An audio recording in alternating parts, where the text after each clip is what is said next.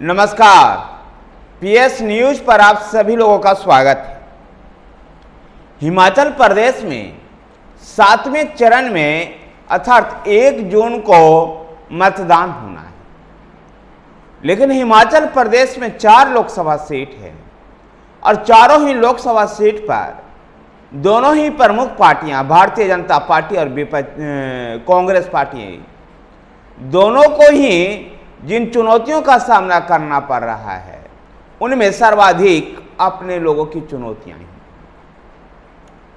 Ticket चाहने वाले दोनों पार्टियों में जिनको टिकट नहीं मिल पाया है, अब वो पार्टी के अधिकृत प्रत्याशियों के लिए चुनौती बन रही है। 4 लोकसभा सीट के लिए कांग्रेस में 36 लोगों ने 10,000 रुपये फीस भरकर आवेदन किया था। अब ऐसे में जिन लोगों को टिकट नहीं मिला है, वैसे कांग्रेस ने जितने भी आवेदनकर्ता थे, जो प्रदेश के टिकट चाहने वाले लोग थे, उनमें से किसी को भी टिकट नहीं दिया गया।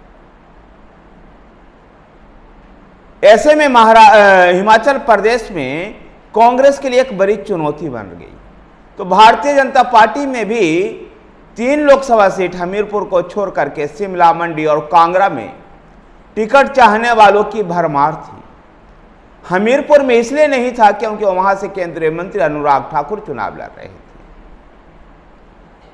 भारतीय जनता पार्टी को भी इन समस्याओं से दो चार होना पड़ रहा है। अनुराग ठाकुर को अपने संसदीय क्षेत्र में तो भाजपा के किसी भी नेता या कार्यकर्ता से कोई चुनौती नहीं मिल रही है, लेकिन हमीरपुर लोकसभा क्षेत्र के अंतर्गत 4 विधानसभा का जो उपचुनाव है, वहां पर अनुराग ठाकुर को पसीना बहाना पड़ रहा है। जहां उनको अपने चुनावी कैंपेन को भी देखना पड़ रहा है, वहां राज्य के 4 विधानसभा का जो उपचुनाव होना है, जो हमीरपुर लोकसभा क्षेत्र के अंतर्गत आते हैं, वहां पर भी नेताओं को समझाना बुझाना अनुराग ठाकुर को करना पड़ रहा है। हमीरपुर संसदीय यहां भाजपा के पूर्व प्रत्याशी हमीरपुर लोकसभा क्षेत्र के अंतर्गत आने वाले जो विधानसभा जहां जो उपचुनाव हो रहा है, वहां पर भारतीय जनता पार्टी ने जो पिछला विधानसभा का चुनाव भारतीय जनता पार्टी के टिकट पर लड़े थे, उन प्रत्याशियों को काट करके कांग्रेस के बागी जो राज्यसभा के चुनाव के समय भाजपा के उम्मीदवार को वोट दिए थे और उन्हीं के रिजाइन की वजह से ही ये सीट खाली हुई थी, भाजपा ने उनको प्रत्याशी बनाया। ऐसे में भाजपा के पुराने जो महारथी हैं, वो कांग्रेस से आए हुए इन नए नवेले प्रत्याशियों का कितना साथ दे पाएंगे, ये भी एक बड़ा दिलचस्प रोचक कहानी है।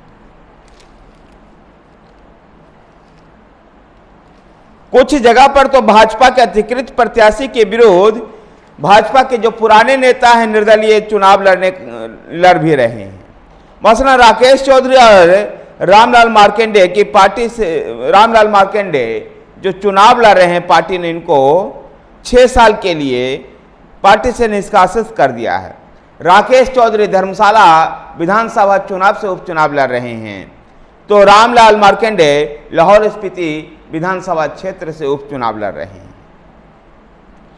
शिमला संसदीय क्षेत्र में भी कांग्रेस के 16 नेताओं ने पार्टी टिकट के लिए आवेदन किया था। इनमें पूर्व विधायक और पदाधिकारी शामिल थे, लेकिन